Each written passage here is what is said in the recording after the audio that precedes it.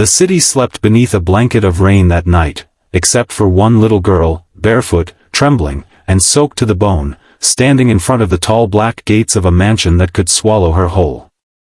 Her tiny hand pounded against the metal until her knuckles bled. Inside, a man known for having no heart, Adrian Vale, the youngest self-made millionaire in the city, was reviewing million-dollar contracts in his study.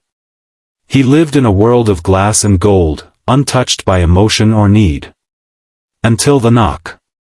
When he opened the door and saw her, muddy hair sticking to her face, tears mixing with the rain, she whispered in a voice so small it broke the air. "Please, help me, they hurt my mom. She's dying." And for the first time in years, Adrian Vale froze. The knock that broke the silence.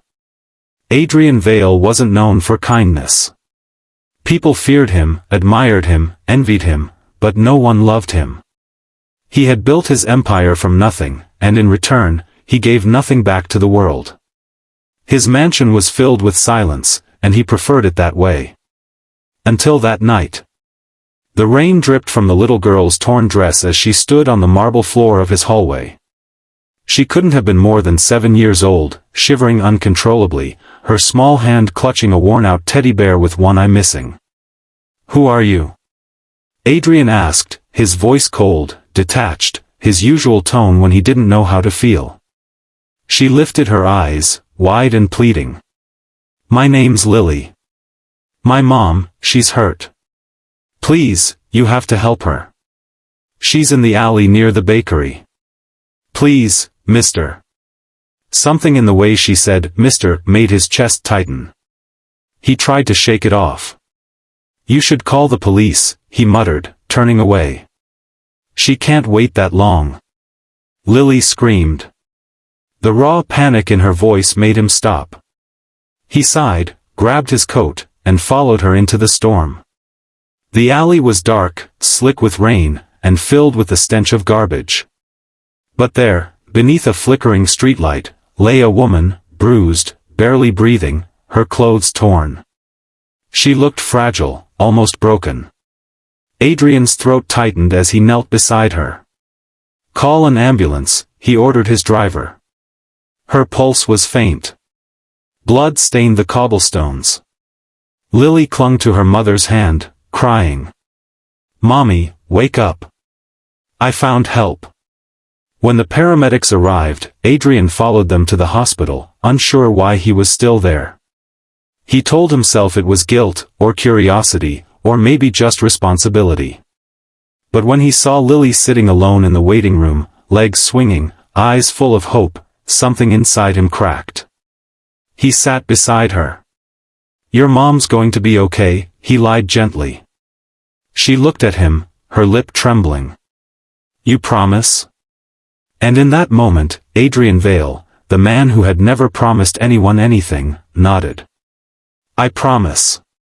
Hours later, the doctor came out. His expression was heavy. "She survived the surgery, but she's in a coma. Severe head trauma." Days turned into weeks. Adrian hired the best doctors, the best therapists, even flew specialists from abroad. Lily stayed in the mansion, and slowly, her laughter filled the empty halls. She painted on his office walls, drew butterflies on his glass desk, and left little sticky notes saying, "Smile, Mr. Vale." Against his will, she began to change him. He learned to make her breakfast. He read her bedtime stories. He even started leaving his phone behind just to hear her talk about her day. And somewhere along the way, he stopped being Adrian Vale, the CEO.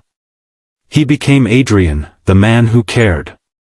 But one evening, as he was leaving the hospital after another visit to the woman in the coma, a nurse handed him a file.